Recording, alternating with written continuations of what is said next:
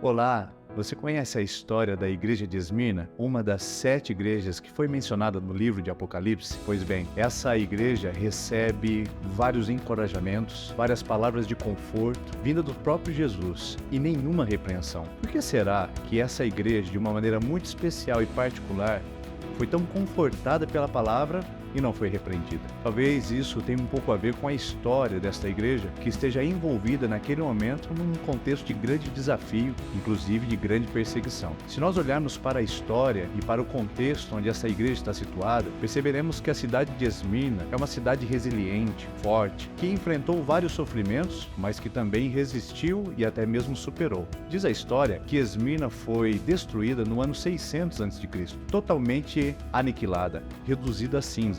400 anos depois, essa cidade se reergueu, se levantou, se tornando inclusive uma das cidades mais importantes daquele período na Ásia Menor. Ela foi chamada inclusive de Flor da Ásia. Tal é o contexto de ressurgimento desta cidade diante de um contexto de destruição. Jesus se apresenta à igreja de Esmirna de uma maneira muito intencional, inclusive usando o contexto histórico da cidade, usando o binômio morte e vida. Jesus diz: eu sou aquele que estive morto, mas agora estou vivo. Se a cidade falava de um ressurgimento, de uma ressurreição das cinzas no ano 200 a.C., Jesus diz: eu sou a verdadeira ressurreição. E se apresenta aos cristãos daquele período dizendo: vocês estão passando por dificuldades, adversidades, mas eu estive morto e ressuscitei, portanto sou a esperança de vocês. Por isso que esta igreja, num contexto de grande desafio, é encorajada a continuar. Palavras de conforto, palavras de encorajamento, palavras que trazem àquela igreja esperança. Essa igreja de Esmirna